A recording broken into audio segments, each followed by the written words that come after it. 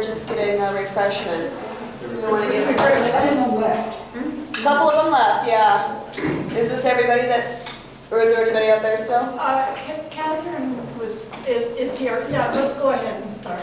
Okay. So, you know, as we look at the future coming into Whatcom County and what we can do with industrial hemp, I'm just going to kind of give you a little rundown of the plant. When you look at the plant, there's seeds, there's flowers, there's leaves, and there's stalk. And when you look at these and you break them down, when you have the seeds, you can make seed cake, you can have boiler fuel, pyrolysis feedstock, abrasive chemicals, animal feed, protein-rich fiber, foods like granola and birdseed, and you get up to the hemp seed oil. With the hemp seed oil, soap, shampoo, bath gels, cosmetics, lotions, balms, industrial products, oils, paints, varnishes, printing inks, fuels, solvents, lubricants, putty, coatings, foods. You've got salad oil, margarine, food supplements, cooking oils. Then when you look at the flowers, there's the medicinal side if this was being grown for flowers, which it's not. But then you've got, going up from the leaves, you can make animal bedding and mulch and compost. You can make off of the herbs and the pulp building materials such as fiberboard, insulation, fiberglass substitute, cement, stucco, and mortar. You can also make off of the hemp, the herd pulp, printing paper, fine specialty paper, filter paper, newsprint, and cardboard and packaging. Off the bast fibers, you're able to create twine, rope, nets, canvas, tarps, carpets, geotextiles, agrofiber composites, molded parts, brake and clutch linings, caulking. You also come down and you've got consumer textiles such as apparel, diapers, fabrics, handbags, denim, shoes, fine fabrics. And then you've also got the benefits when it comes to the agricultural side, which is it's a weed suppression, less need for pesticides in most crops, pollen isolation, soil improvement and crop rotation, and the deep roots are natural soil aerators. You know, just that one plant right there. You forgot that it requires less water than most agricultural products. Yes, and less water. And doesn't it require less or no fertilizer? Less. Less, yeah, you can, I mean, depending on your soil conditions, you may need to improve your soil a little bit if you're trying to grow it for a commercial purpose. But you can also use hemp to improve your soil. If you, like you were asking, can you plant it in wetlands? Can you plant it in, say, really sandy soil or really clay soil? It's not going to grow the best fibers. You're not going to have a crop that you're going to want to turn around and sell, but it's going to improve your soil. Yeah. But for plant fibers for making cloth, it's really a problem that cotton is one of the most heavily pesticided. Yeah. There's so many pests for cotton. Lots of water. And lots of water.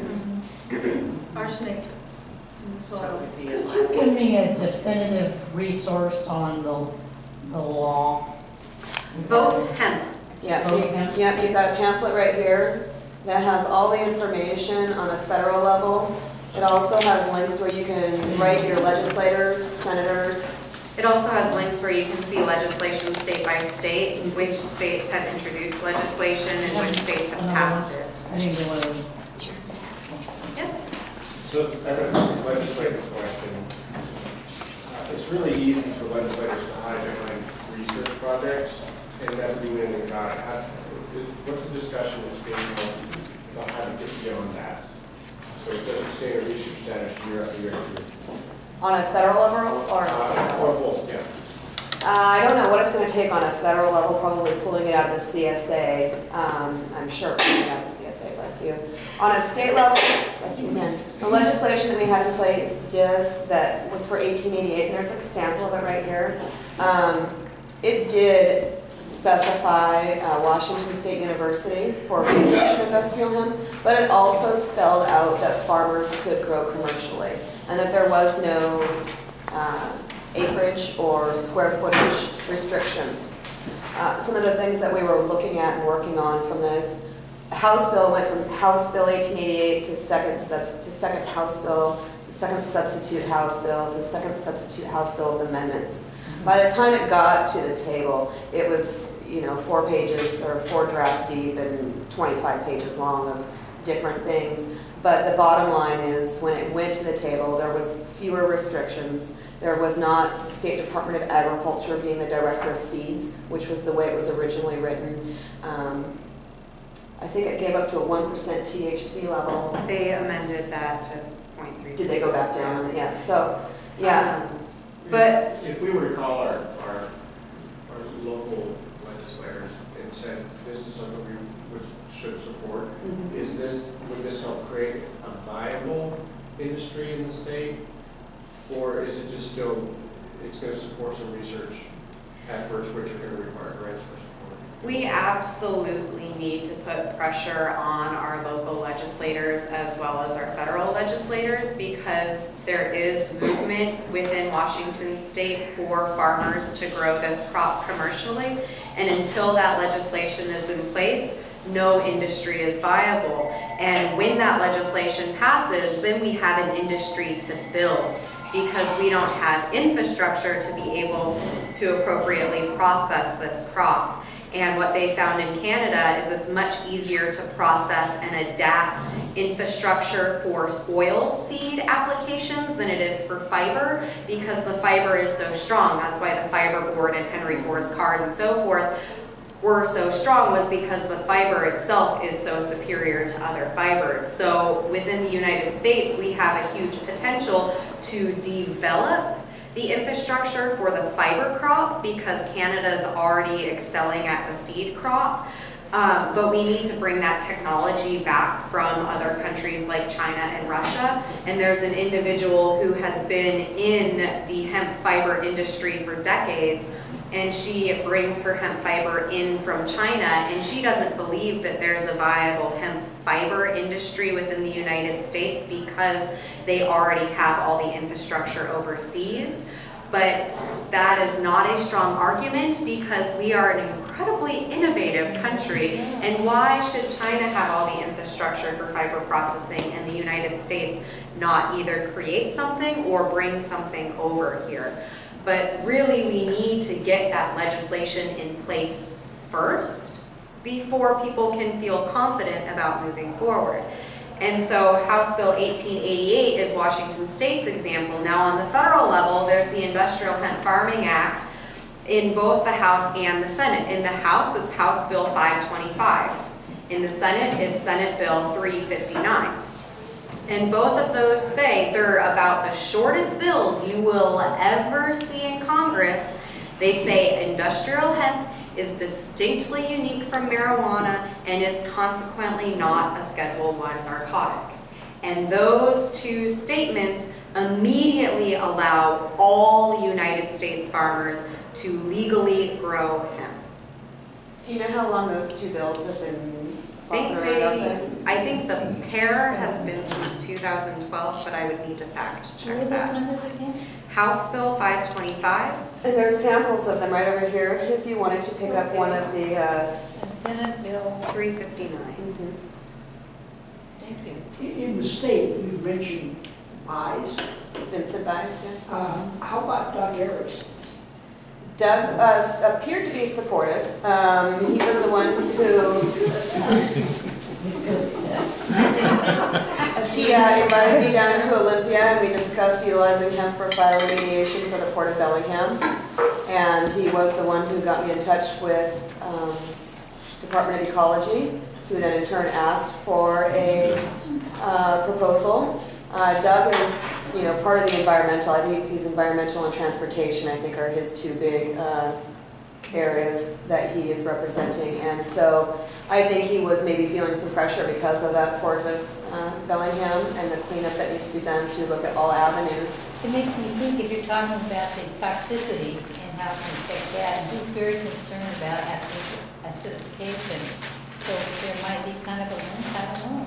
Right. Well, and the Port of Bellingham is a Superfund site. It's a 10-year, $160 million project, and they are getting pressure to get these Superfunds moving in a way of cleanup and redevelopment. And so, obviously, the first thing that needs to happen is to get those areas cleaned up.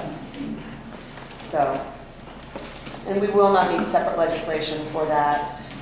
That will just come right underneath, if we're allowed to grow and cultivate industrial hemp, and with the university is able to do research that will just roll right into there.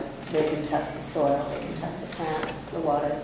So is there any questions?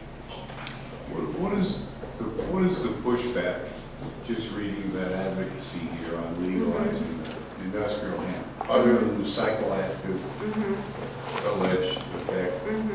What That's it. Safety just for that our one children. item, that kills it. Yeah, safety for our children, DEA, we could go into all of the competitive industries that likely are putting money in place to not see this through, but even those are beginning to change tunes because they recognize that this is going to pass. I mean, if Canada's growing, I mean, come on. That's like what, 30 miles north? Less than? But yeah, it's really DEA and safety for our children. And the misconception that a marijuana plant or a hemp plant can be perceived as a marijuana plant, and they're cultivated in a very different way. I mean, a horticultural plant that you're growing for botanical properties, you cultivate in a very different way than you cultivate an agricultural product. A botanical plant, especially for a flowering drug potency plant, you want it to get really bushy and have all these beautiful flowers on it that you can then harvest. An agricultural plant that you're growing the stock for fiber, you want to cram all those suckers in there and they grow sky high. You know, it's a very different plant. And it's also, chemistry is very different. And Alistair Dewey was a U.S. Horticulturalist. I don't know what his era was. I hear rumors that he used to grow hemp where the Pentagon now sits. But he did these studies and he shows that the chemistry of marijuana versus hemp, when you look at the chemistry of the cannabinoids that are in it, it's night and day difference. There's no way that you could mistake the two, both physically and chemically. It's difficult because they have the same, they're both cannabis sativa, but they're like a dachshund and a St. Bernard. That's a good point. Yeah. Yes, the dog. Do we have a Well, question? I'm just wondering, I realize it's not a legume, but is there a little bit of a nitrogen fixing property in there for improving soils? Yes. Yes. I wondered about that. Yeah, the leaves, when the foliage drops from the plant as it's growing, the nitrogen in the leaves replenish the soil. It's a good rotation crop. Yeah, that's what I was thinking. I'm always interested in, okay, so what's the next step? What do you want people to do? Pressure legislation.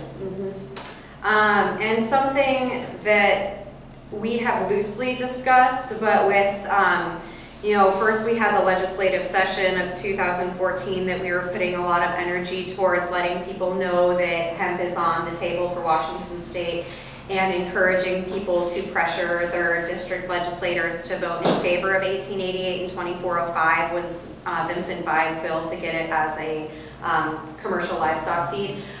So that took a lot of time and energy, and now we have these various spring events that are coming up, especially with Hemp History Week as a national event, and so we have over 1,000 retailers that are participating in public education campaign through the natural food market industry, and then we also have grassroots organizers like ourselves. I think there's like more than 200 this year, which is really great in all 50 states. We're getting the public education out there because that's a big step, but the other step is legislation, and something that I would like to see happen within Washington State is a more cohesive and well-represented hemp lobby. So legislators are going to listen to those who can build an industry out of this. My voice as a late 20-something advocate is nothing compared to Wilcox's voice as an organic egg producer.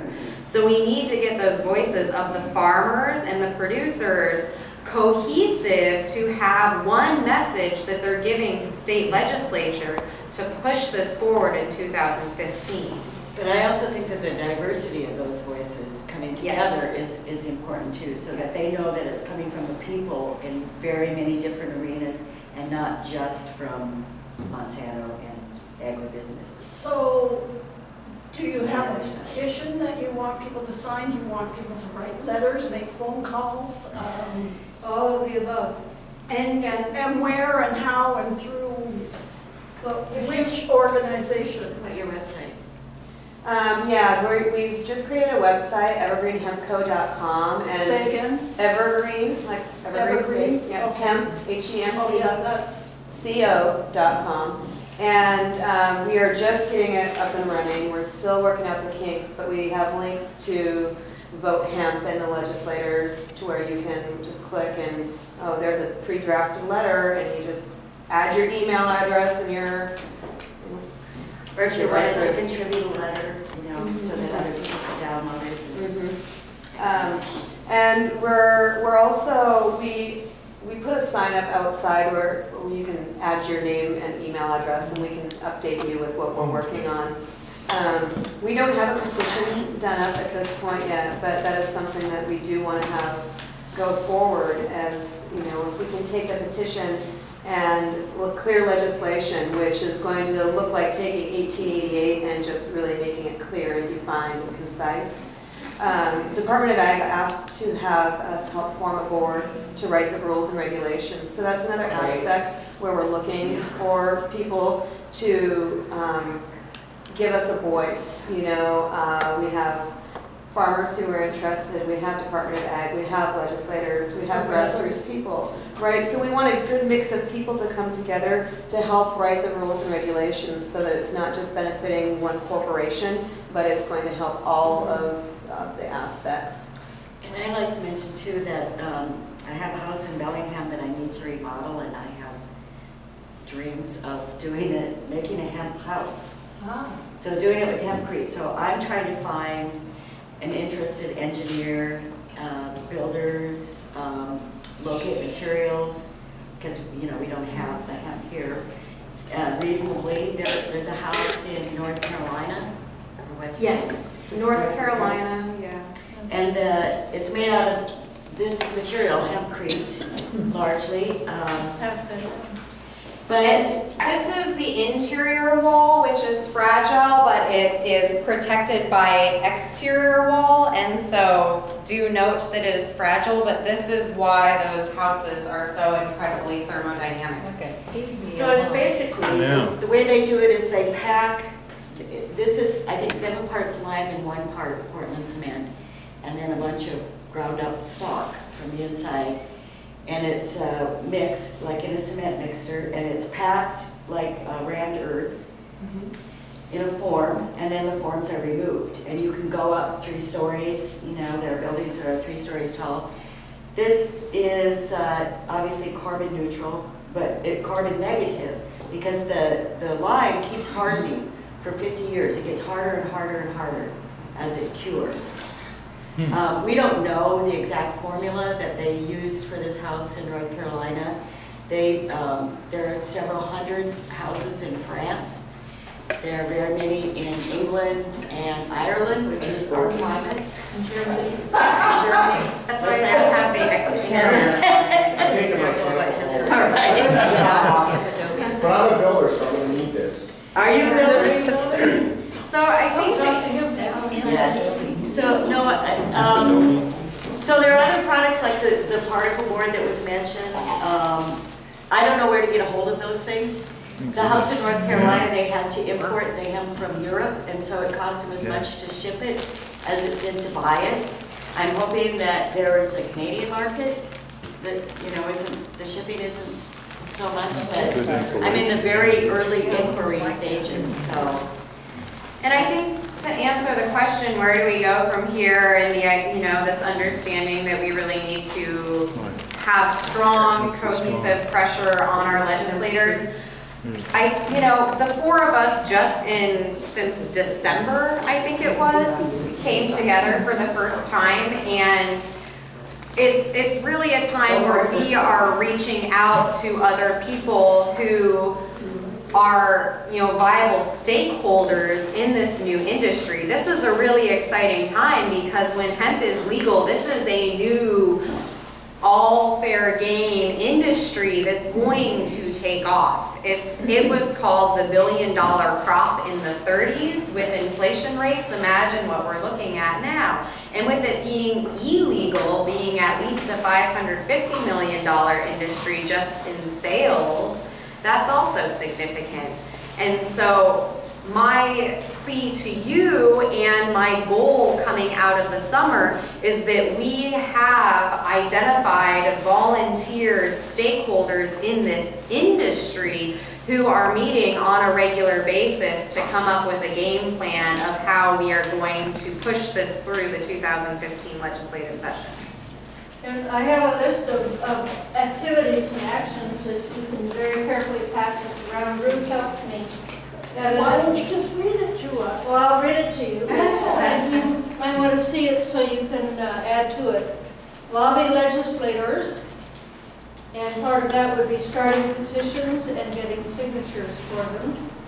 Create learning materials for all ages. We've met with one superintendent and principal already where Sandy's kids go to school about doing that. And I've been finding learning materials all around the country, especially in Massachusetts that do that. Do like you did here, bring speakers, bring films to cities, prepare the soil and then plant and harvest the crop, create ethanol, biodiesel, and charcoal. Hemp charcoal makes a very good fuel that burns really clean. I just found that out recently. And I found 2 farmers that want, with apple orchards that want to start making biodiesel and ethanol. And then build with hempcrete and hemp insulation like Pam's going to do.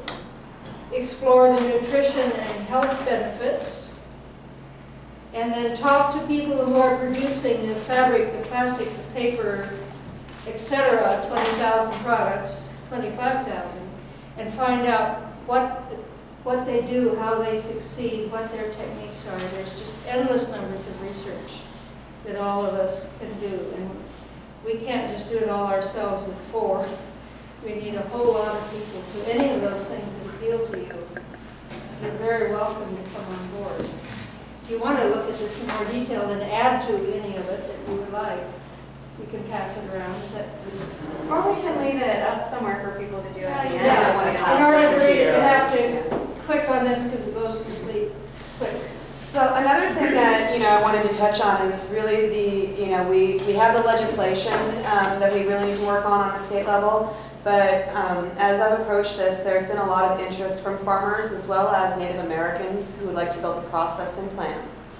And so one of the things that I would like to see in this next year and a half in reality, because I want to see next year at this time thousands of acres of industrial hemp growing in Washington State, is getting lists of the farmers and how much acreage they have, what they're growing at this time, how much land they'd like to dedicate, so that we can get a kind of a general idea of how many acres in Washington State we are looking at, so that when we approach 2015 growing season, we have the ability to have a good stock of seeds to be imported of different varieties, and we also will have a number to give the people that want to build the processing plants to say, we have 20,000 acres that want to be grown in Washington State. That right there is reason enough to build a processing plant. And as we look at the processing plants, we have the ability to process a lot of the food varieties right now with the oils. We have oil pressing facilities here in Whatcom County.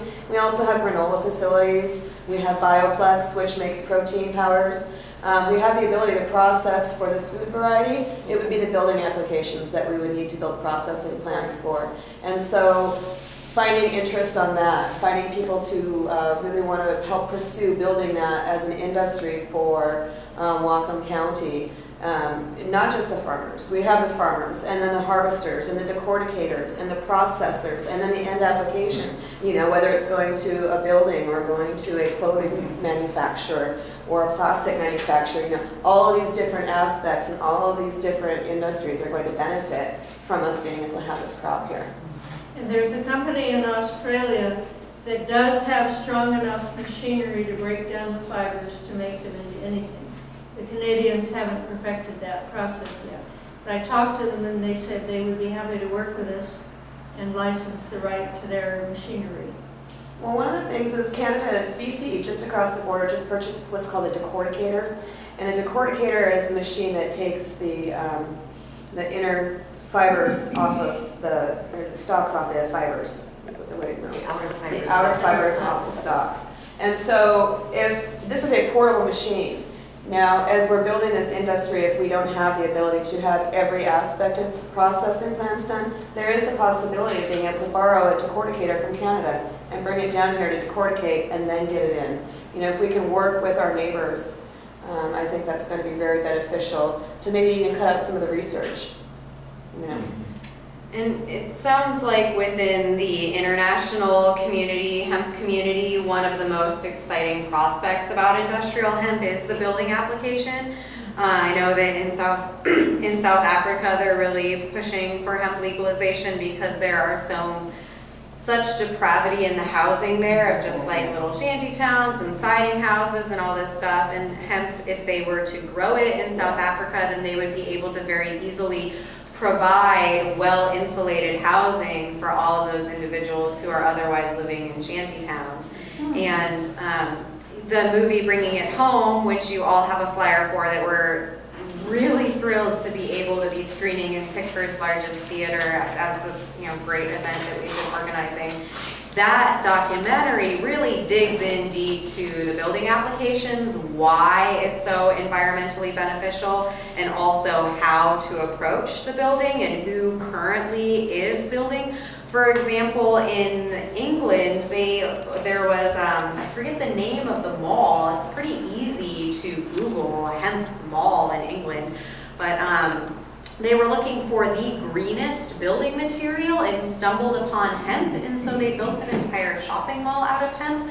There's a wine warehouse in France where they were also looking for the greenest building material, noting that previous warehouses used a lot of energy to keep the temperature and humidity at the precise levels that the wine needs to be properly stored at, and they found that their hemp warehouse uses a fraction of the energy as the conventional warehouse does. There's art archives in Europe that have made, like those little pods that they bring to your house when you're moving and you fill it with your stuff and then they take it away. The art archives have made these pods out of hemp to store their art in because it's so effective at preventing the humidity within the pod from rising to a level that's going to damage the art long term.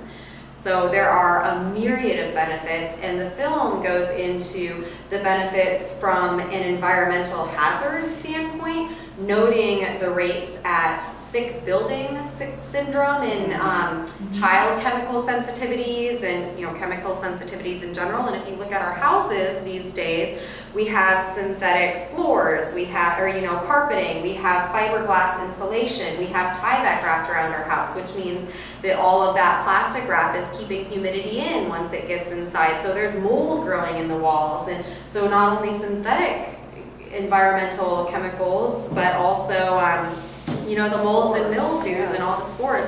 And people are getting sick. And an individual I believe it was the engineer who took on the project in North Carolina, he took it on from the standpoint of his young child having a severe chemical sensitivity and was thinking, there's gotta be a better way. And that's where I started. I was looking for an insulation that wasn't fiberglass, that wasn't foam, polyurethane. I have 2x4 walls because my house was remodeled in the late 60s, and I just wanted some hemp insulation because it breathes and it retains its strength. So if it gets crushed or it gets wet, it retains its strength and it will dry out, and it doesn't have these off gases that are poisonous. And I found this, it's called Breathe Insulation, but it was in England. Yeah. So we are almost at 9 o'clock. I was going to see if there's any other questions. I have one quick question. Yeah. There's many of us that have 5 acres of land, and we can't afford our property tax anymore in Whatcom County. And you keep mentioning farmers. Are you looking for just the large farms? You probably covered this earlier and I couldn't hear you. Any and all. We need as many acres as we can possibly get growing industrial hemp. If 6% of our country was growing industrial hemp, we would be an energy independent country. I have a farmer who does not own farmland who is willing to plant industrial hemp now So if you want your, on any amount of land. Yeah. I have people willing to Maggie, send seeds in. Maggie, put your name on their I sign. have my Yes. name on the list. Add a note next to it about that you have I didn't land. put 5 acres next to it. So at this point in time in the evening, who could potentially consider themselves an industrial hemp stakeholder? So add a Nice. And in reality, we all are, because industrial hemp is the missing link within a local self-reliant community, because it is the renewable fiber that we can make all of our paper products out of, clothe ourselves, feed our animals, bed our animals, make our houses, everything. Yeah. And If you if want to you're- see a good movie, it's called Hemp for Victory. It's the propaganda movie in favor of hemp. They put out during World War II, trying to get everybody to grow hemp because we so needed it. It's your patriotic duty. Quite the opposite of reefer madness. And if you're fascinated by this topic, you're all invited to come Thursday to Resources. I saw at that. 5:30 for a Green Party forum on the same subject. And the hemp for move. Hurry, because we want to thank you before everybody leaves. One last note, if you were a farmer who grew hemp for the World War effort during World War II, you and your sons were exempt from the draft because it was more important that you were out growing hemp than had a gun on your hand. And it's on the internet. Just Google